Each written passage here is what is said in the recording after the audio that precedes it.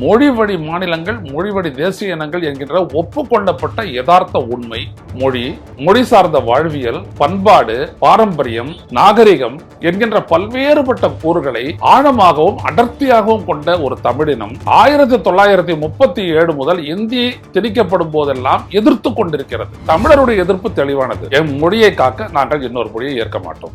ஆங்கிலத்தை தொடர் மொழியாக பயன்படுத்து. ஏன்னா உலக அளவில் அது தொடர் மொழியாக இருக்கிறது. எங்களுக்கு இந்த மொழி போதும், உங்களோடு பேசுவதற்கு அந்த தொடர் மொழி போதும், அவ்வளவுதான். ஏனென்றால் சட்டம் இயற்றக்கூடிய அதிகாரம் கொண்ட ஒரு மொழியாகவே ஆங்கிலம் இந்த நாட்டில் இன்றளவும் இருக்கிறது.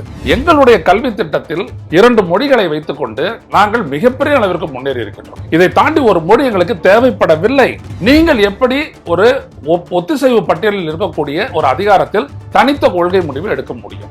சட்ட அடிப்படையே இல்லாமல் எங்களுக்கு தர வேண்டிய நிதியை எவ்வாறு நீங்கள் மறுக்கிறீர்கள்? சொல்லி இருக்கிற இந்திய கட்டாயம் கத்துக்கிறோம் அப்படின்ட்டு கட்டாயம் கற்பிக்கப்பட வேண்டியது புதிய கல்விக் கொள்கையில இருக்குத, அதை நீங்க சீர்படுத்திட்டு மும்மொழின்னு சொல்லிட்டு இப்படி கொண்டு வர்றாங்க. இதான் மோடி செஞ்ச வேலை. மோடி எப்பொழுதுமே சதியில் கெட்டிக்காரர். எங்களுக்கு காவிரியில கிடைக்க வேண்டிய நீதியையே வந்துட்டு ஒரே ஒரு வார்த்தை மாற்றத்தினால அடிச்சவர் தானே மோடி. அதனால எங்களுக்கு தெரியும் மோடினா யாருன்னு எங்களுக்கு தெரியும்.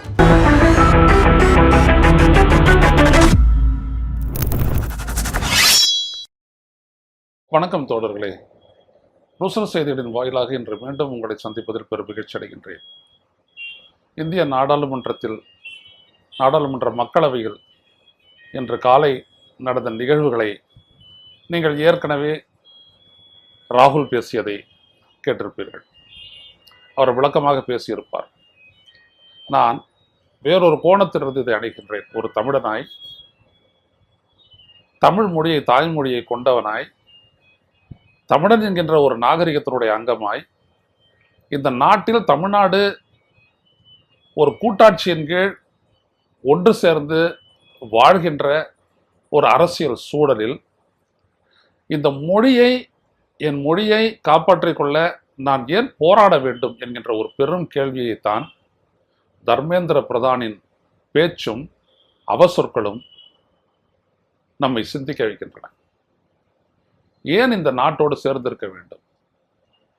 நான் பிரிவினையை பேசவில்லை, உரிமையை பற்றி சொல்கின்றேன். இந்திய அரசமைப்பு என்று இருக்கின்றது. இந்திய அரசமைப்பின்படி ஒரு மாநில அரசனுடைய அதிகாரம் என்ன, ஒரு ஒன்றிய அரசனுடைய அதிகாரம் என்ன, ஒன்றிய அரசுக்கும் மாநிலங்களுக்கும் இணைந்து இருக்கக்கூடிய பொதுப்பட்டியல், இசைவு பட்டியல், கன்கரண்ட் லிஸ்ட் என்று ஒன்று இருக்கிறது. இப்படி தெளிவாக வரையறுக்கப்பட்ட ஒரு அரசமைப்பை கொண்ட இந்த நாட்டில் கன்கரண்ட் லிஸ்டில் இருக்கக்கூடிய கல்வியை பற்றி ஒரு கல்வி திட்டத்தை வகுத்து அதை ஒரு கொள்கையாக மாநிலங்களின் மீது எவ்வாறு திணிக்க முடியும் என்கின்ற கேள்வியைத்தான் நாம் கேட்கிறோம். இந்த மாநிலம் இங்கே மொழிவழி மாநிலங்களாக பிரிக்கப்பட்டது 1956. மொழி வழி மாநிலங்கள், மொழி வழி தேசிய இனங்கள் என்கின்ற ஒப்புக்கொள்ளப்பட்ட யதார்த்த உண்மை, மொழி, மொழி சார்ந்த வாழ்வியல், பண்பாடு, பாரம்பரியம், நாகரிகம் என்கின்ற பல்வேறுபட்ட கூறுகளை ஆழமாகவும் அடர்த்தியாகவும் கொண்ட ஒரு தமிழினம் 1937 முதல் இந்தி திணிக்கப்படும் போதெல்லாம் எதிர்த்து கொண்டிருக்கிறது, கடுமையாக எதிர்த்து கொண்டிருக்கிறது. ஏனென்றால் அதன் மூலம்தான் அது மொழி காப்பாற்றப்பட்டிருக்கிறது. ஏராளமானோர் இறந்திருக்கிறார்கள். தாளமுத்து நடராசனில் இருந்து ஆரம்பித்து அது 37-38 என்றால், பிறகு 1964 கீழப்படுவோர் ஆசிரியர் சின்னசாமி, அதன் பிறகு மாணவர் ராஜேந்திரன், அதற்கு பிறகு இங்கே விருகம்பாக்கத்தில் இருக்கக்கூடிய அரங்கநாதன், இப்படி ஏராளமானோர். நாங்கள் ஒரு 16 பேரை 18 பேரை வைத்துக்கொண்டு நாங்கள் ஒவ்வொரு ஆண்டும் நாங்கள் அவர்களுடைய நினைவேந்தலை நடத்தி கொண்டிருக்கின்றோம். ஆனால் இதையெல்லாம் தாண்டி பெரிய உயிரிழப்பை இத்தமிழினம் பெரும் விலையாக தன் மொழியை காப்பாற்றிக் கொள்ள இந்திய ஆதிக்கத்தை எதிர்த்து கொடுத்திருக்கிறது. அப்படியெல்லாம் கொடுத்தும் ஒரு முறை கூட இந்தி எதிர்ப்பாளர்கள் ஒரு முறை கூட இங்கே தீநகர் தணிகாச்சலம் சாலையில் இருக்கக்கூடிய தட்சிண பாரத இந்து பிரச்சார சபாமனும் ஒரு போராட்டத்தை நடத்தியதில்லை. ஏனென்றால் தமிழருடைய எதிர்ப்பு தெளிவானது. என் மொழியை காக்க நாங்கள் இன்னொரு மொழியை ஏற்க மாட்டோம். ஆங்கிலத்தை தொடர் மொழியாக பயன்படுத்து. ஏன்னா உலக அளவில் அது தொடர் மொழியாக இருக்கிறது.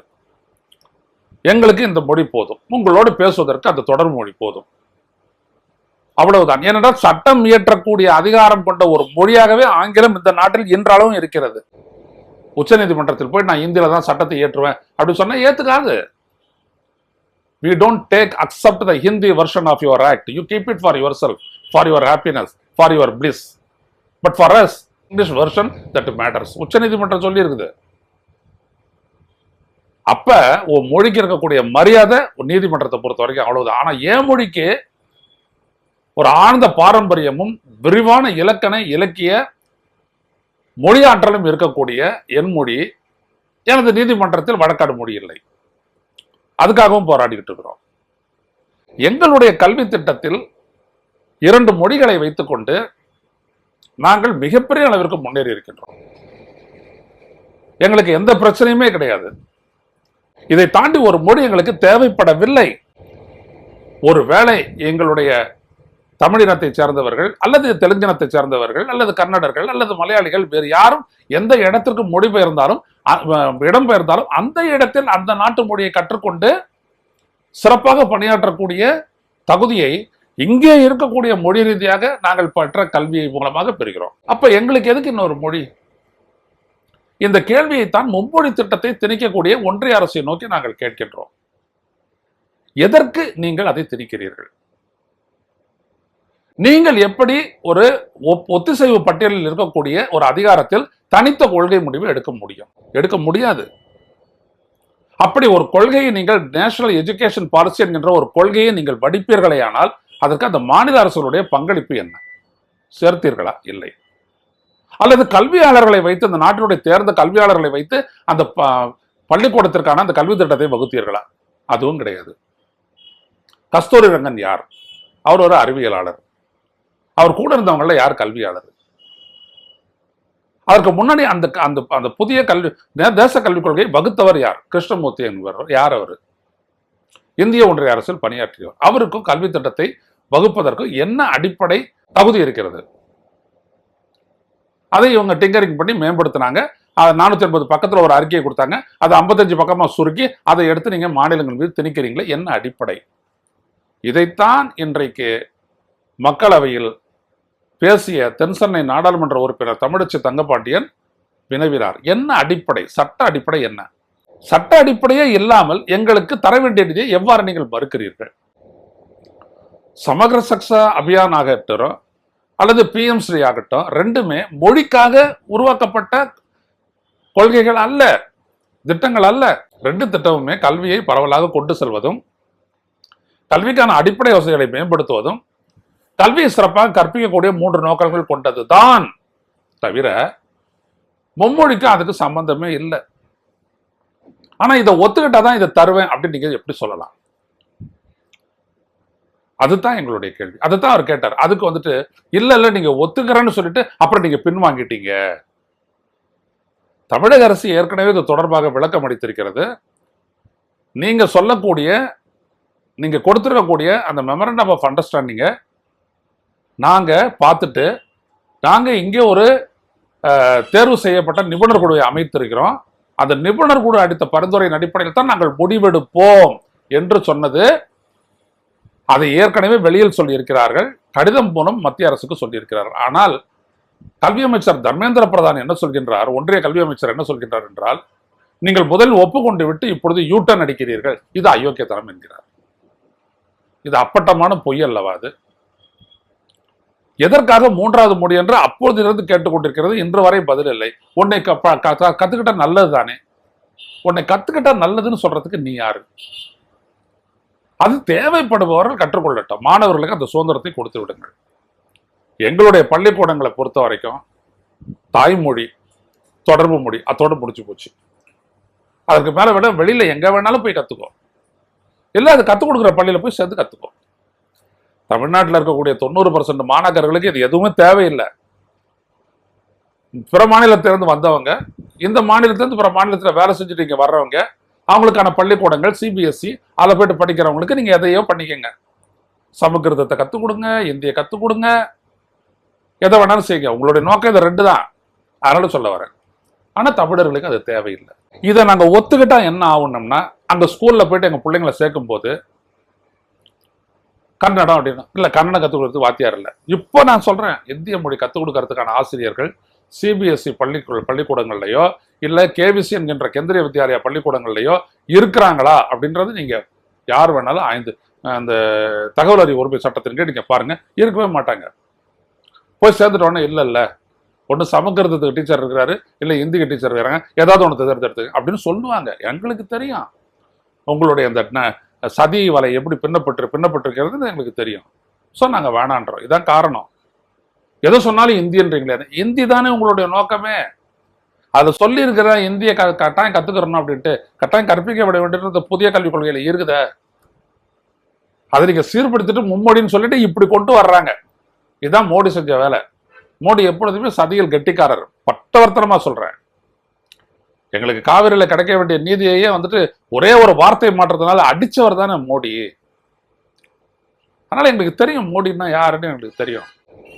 நாங்க ஒன்றும் ஏமாளிகள் கிடையாது. அப்ப இங்க என்ன அடிப்படை அப்படின்னோம்னா, நாங்க ஏமாற தயாரா இல்லை, இவ்வளவுதான். ஆனா நிதியை நீ மறுக்க முடியாது. ஏன்னா எங்களுடைய மாநிலங்களிலிருந்து சென்ற வரியை கொண்டு நீங்க மறுபடியும் மாநிலங்களுக்கு திட்டங்கள் வாயிலாக தர்றீங்க, அவ்வளவுதான். இதில் எங்களுக்கு உரிமை இருக்கிறது. ஸோ அந்த உரிமை பிரச்சனை எழுப்பும் போது தான் இவர் இப்படியெல்லாம் சொல்லிட்டு இந்த எதிர்கட்சி திமுக நாடாளுமன்ற உறுப்பினர்கள் நாகரிகமற்றவர்கள் பேசுவோம். நாகரிகமற்றவர்கள் அல்ல தர்மேந்திர பிரதான் அவர்களே, நாங்கள் ஒரு நாகரிகம். எங்களுடைய நாகரிகத்தினுடைய நீட்சிதான் ஒரிய மக்களே. கலிங்கம் என்று சொல்லக்கூடிய அந்த ஒரிய மக்கள், அங்கே பேசப்பட்ட துளு மொழி எல்லாமே தமிழனுடைய நீட்சிதான்.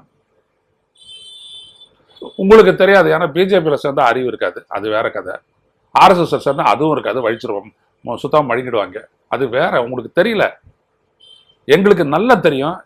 இந்த இந்தி மொழி திணிக்கப்பட்டதனுடைய நோக்கமே இந்த நாட்டுடைய மொழிகளை அழிக்கத்தான் அப்படின்றத நாங்க பலமுறை நாங்க சொல்லியிருக்கிறோம். இந்தி மொழி இந்த நாட்டில் இருக்கக்கூடிய எந்த சமூகத்திலும் எந்த காலகட்டத்திலும் பேசப்பட்ட ஒரு மொழி அல்ல என்பதை சொல்லியிருக்கிறோம். இந்துஸ்தானி என்கின்ற அந்த மொழியை பாரசீக உருது கலப்பு மொழியாக திகழ்ந்த அந்த இந்துஸ்தானி மொழியை அதில் இருக்கக்கூடிய உருது வார்த்தைகளை எல்லாம் உருவிவிட்டு அதே பொருள் கொடுக்கக்கூடிய சமஸ்கிருத வார்த்தைகளை திரித்து உருவாக்கப்பட்ட ஒரு செயற்கை மொழிதான் ஹிந்தி என்பதை, இதை செய்தது இந்து மகாசபாவும் ஆரிய சமாஜமும் தான் என்று பல முறை நாங்கள் சொல்லியிருக்கின்றோம். அதே நேரத்தில் இந்த மொழியால் எந்தெந்த பகுதியில் பேசப்பட்ட மொழிகள் எல்லாம் அழிந்திருக்கின்றன என்பதையெல்லாம் சொன்னோம். அதுலதான் திரு ஸ்டாலின் அவர்களும் சொன்னார்கள். இது எல்லாத்தையுமே நீங்க படிக்கலாம், தெரிஞ்சுக்கலாம். அழிந்த மொழிகள் எவ்வளவு, 1000 சொச்சம் மொழிகள் இருந்த அந்த நாட்டில் இன்னைக்கு அப்படியே 700 சொச்சம் மொழிகளுக்கு வந்திருக்குது. அவ்வளவுக்கும் காரணம் ஒரே ஒரு மொழி திணிப்பு, ஹிந்தி. ஹிந்தி பட்சா வேலை கிடைக்கும், வேலை நல்லா கிடைக்கும். பீகார்ல கிடைக்கலன்னா தமிழ்நாடு, உத்தரப்பிரதேசத்தில் கிடைக்கலன்னா தமிழ்நாடு, இங்கே வந்துட்டு எல்லா வேலையும் செய்யலாம். அங்க அவங்க விளைவிக்கிறதுக்கு வந்துட்டு உரிய வேலை கிடைச்சது அப்படின்னம்னா அவன் இங்க வரமாட்டான். இதுவெல்லாம் நம்ம பேசியிருக்கிறோம் பொருளாதார ரீதியாவே. இதெல்லாம் தர்மேந்திர பிரதானுக்கு எட்டாது. அப்ப என்ன, அதிகாரத்தை வைத்துக்கொண்டு சட்டத்திற்கு புறம்பாக எங்களின் மீது எதேச்ச அதிகாரம் செய்கிறீர்கள். இதுதான் எங்களை மறுசிந்தனைக்கு உட்படுத்துகிறது. இந்த நாட்டில் எதற்கெல்லாம் நாங்கள் போராடுவது? எங்களுடைய வேளாண் நிலங்களை காப்பாற்றிக் கொள்ள நாங்கள் போராட வேண்டும். அணு உலைகளை போன்றவற்றை அமைக்கின்றீர்கள், அதனுடைய ஆபத்திலிருந்து காத்துக்கொள்ள நாங்கள் போராட வேண்டியது இருக்கிறது. நாங்கள் அளிக்கக்கூடிய நிதிக்கு இணையாக எங்களுக்கு வரிப்பகிர்வு தரப்படவில்லை, அதற்கும் போராட வேண்டியது இருக்கிறது. நிதி தருவதில் நீங்கள் காட்டக்கூடிய பாகுபாடு, இதையும் நாங்கள் எதிர்த்து போராட வேண்டியது இருக்கிறது. ஒன்றிய அரசுடைய நிறுவனங்களில் தமிழர்களுக்கு எந்த விதமான வாய்ப்பும் வழங்கப்படுவதில்லை, தமிழ்நாட்டிலேயே அதற்காகவும் போராட வேண்டியது இருக்கிறது. இதோடு சேர்ந்து மொழிக்காகவும் நாங்கள் போராட வேண்டியது இருக்கிறது என்று ஒவ்வொன்றுக்கும் நாங்கள் போராடி கொண்டே இருக்க வேண்டும் என்றால் இது என்ன நாடு, என்ன ஜனநாயகம் என்பதைத்தான் நான் கேட்கின்றேன். தர்மேந்திர பிரதான் சொன்னதுனால நாங்க வந்துட்டு அன்சிவிலைஸ்டா ஆயிட போறதில்ல, அதெல்லாம் ஒண்ணும் இல்லை. 1000 முட்டா பயல்கள் இதுக்கு முன்னாடி எல்லாம் வந்திருக்கிறாங்க. காங்கிரஸ்ல ஒரு முட்டா பையன் இருக்கிறாரு, ஜெயராம் ரமேஷ். அவர் சொன்னாரு ஜல்லிக்கட்டு காட்டு மிராண்டிகள் விளையாட்டு அப்படின்னு சொன்னாரு. நாங்க அதில் வெற்றி பெற்றோம். இன்னைக்கு உலகமே வியந்து பாராட்டக்கூடிய வீர விளையாட்டு அப்படின்னு எல்லாரும் எடுத்துக்கிட்டா உச்ச நீதிமன்றத்தையும் ஒத்துக்குச்சு. போராடி வென்றோம் மக்கள் சக்தியின் மூலம். இந்திய ஒன்றிய அரசு இல்ல, நிர்மலா சீதாராமன் சும்மா இங்க வந்து உதார் விட்டாங்க, ஆனா ஒண்ணும் நடக்கல. நாங்க தான் சொன்ன அரசமைப்பினுடைய 19(2) விதியின் கீழ் ஒரு மைனாரிட்டியாக எங்களுடைய பண்பாட்டு உரிமை அது அப்படின்னு சொல்லி சட்டம் இயற்றி நாங்க காப்பாற்றணும். அப்படியெல்லாம் போராடின பத்திரிகையாளர்களில் நானும் ஒருவன். அதனால சொல்றேன், எந்த கான்ஸ்டிடியூஷனுடைய அடிப்படையில நீங்க ஆட்சி பண்றீங்க அப்படின்னா அதுல எங்க இதற்கான இடம் இருக்குதுன்னு சொல்லுங்க. 3 மொழி கொள்கை. நாங்க இன்னொரு கேள்வியும் கேட்டோம். உத்தரப்பிரதேசம், மத்திய பிரதேசம், பீகார் இந்த இடங்கள் எல்லாம் 3 மொழி தெரிஞ்ச மாணவர்கள் ஒரு 2% பேரை நீ காட்டு பார்ப்போம். 2% 1% பேரை காட்டு பார்ப்போம். கிடையாது. ஏன்னா அங்க அவசியம் இல்லை. ஆனா இங்க திணிக்கிற, ஏன் திணிக்கிறன்னா ட்ராப். இவர்களுடைய ஒரே நாடு, ஒரே பண்பாடு, ஒரே அரசியல், ஒரே அரசமைப்பு, ஒரே சட்டம், மாநிலங்கள் ஒழிக்கப்பட வேணும் அப்படின்னு சொல்லிட்டு ஒரு யூனிட்டரி ஸ்டேட், ஒற்றை ஆட்சி முறைக்கு கொண்டு போறதுக்கு இந்த மாநிலங்களினுடைய தேசிய மொழிகள் இருக்கக்கூடாது என்று அழிக்க நினைக்கக்கூடிய சூழ்ச்சி தான் இது. இது எங்களுக்கு நல்லா புரியும். அமித்ஷாவெல்லாம் எங்களுடைய அறிவுக்கு நீங்கள் ஈடு கிடையாது. விட்டுருங்க. எங்களுக்கு தெரியும் நாங்க எதை செய்யணும், எதை கடைபிடிக்கணும்ட்டு. அதனால நாங்க இப்போ ஒரு எதிர் கோரிக்கை வைக்கிறோம். தமிழை இந்திய ஒன்றிய அரசினுடைய ஒரு தொடர்பு மொழியாக ஆக்க வேண்டும். இப்போ இங்கிலீஷும் ஹிந்தி தானே இருக்கு, தமிழையும் ஆக்கணும். அது ஆக்கு, முதல்ல அது ஆக்கு, அதான் எங்களுக்கு தேவை. அதை நீ ஆக்கிட்டேன்னா என்னுடைய மொழி ஒரு சட்டம் இயற்றக்கூடிய மொழியாகவும் மாறும், நீதிமன்றத்திலேயே நான் வழக்காடு மொழியாகவும் செய்வேன். எனக்கு அது முதல்ல தேவை. இந்த டிமாண்டை தான் நம்ம வைக்கணும். சும்மா ஏமாத்திட்டுலாம் இருக்காது. மற்ற மொழிகள்லாம் என்னாச்சு, தாராளமா நீங்க அதை சேர்த்துங்க. ஆனா அவங்க போராடட்டும். நாம போராடுறதாகவும் பெனிஃபிட் அவங்களுக்காகவும் இருக்கிறதெல்லாம் நல்லா இருக்காது. உணராமல், உழைக்காமல், போராடி எதையும் பெறக்கூடாது, யாரும் பெறக்கூடாது. நாங்க மட்டும்தான் போராடிட்டு இருக்கிறோம். எனவே எங்களுடைய மொழிக்கு அந்த இடத்தில் அந்த இடம் வேணும். அந்த உயரிய இடம் பெறக்கூடிய முழு தகுதி உள்ள மொழி நாங்கள். அது உடனே அது கொடுத்தா ஆகணும். நாங்க இதை விட போறதில்லை. எங்களுக்கு இந்தியா, தேசபக்தி இதெல்லாம் நீங்களாம் சொல்லாதீங்க. நாங்கள் சுதந்திர போராட்டத்தில் அதை நிரூபிச்சிட்டோம். சங்கிகள் கேட்டு நாங்கள் நிரூபிக்கிறது எதுவுமே கிடையாது. எனவே எங்களுடைய நாகரிகத்தை, பாரம்பரியத்தை, பண்பாட்டை, மொழியை காப்பாற்றிக் கொள்ள நாங்கள் விட்டுத்தர மாட்டோம். இவ்வளவுதான். தோழர்களே, இந்த விவாதத்தை முன்னெடுத்து செல்லுங்கள். ஒரு ஜனநாயக நாடாக இந்தியா திகழ வேண்டும், தொடர வேண்டும் ஒற்றுமையுடன் என்றால் மொழி வழி மாநிலங்கள் காப்பாற்றப்பட வேண்டும். நானுடைய அனைத்து மொழிகளும் காப்பாற்றப்பட வேண்டும். அனைத்து மொழிகளும் காப்பாற்றப்பட வேண்டும். அதில் சமரசமே கிடையாது. அவ்வளவுதான். அதற்காக நாம் ஒன்றிணைந்து போராடுவோம். இது மொழி பிரச்சனை அல்ல. இது ஒரு உள்ளார்ந்த ஒரு ஆதிக்கத்தினுடைய சதி வேலை. இது அதான் இந்து ராஷ்டிரா. அதை எதிர்த்தே தீர வேண்டும். இதுதான் முதன்மையானது. நீங்க ஒண்ணு எங்களுக்கு வாழ கத்து தர வேணாம். நீங்க எல்லாம் போயிட்டு அமெரிக்காவில் போயிட்டு என்னதை கீழ்ச்சி வந்தீங்க அப்படின்றதெல்லாம் எங்களுக்கு தெரியும். அதனால நீங்க எங்களுக்கு எதுவும் சொல்லித்தர வேணாம். ஒரு நாடாக வாழக்கூடிய அனைத்து தகுதிகளையும் பெற்ற ஒரு இனம் தமிழினம். நாங்க அப்படிதான் இருப்போம். அதை நாங்க பார்த்துக்கிறோம். மீண்டும் சந்திப்போம். நன்றி, வணக்கம். ஊடகம் கார்ப்பரேட் அரசியல்வாதிகளின் கைப்பாவையாக, அடிமைகளாக இருந்தது போதும். இனி சாட்டை எடுத்து சுழற்றும் நேரம் வந்துவிட்டது. ஊடகம் பொதுமக்களாகிய உங்களுக்காக, உங்களாலேயே இயக்கப்பட வேண்டும். ஊடக சுதந்திரத்திற்காக உங்களின் பங்களிப்பை இன்றே அளித்திடுங்கள்.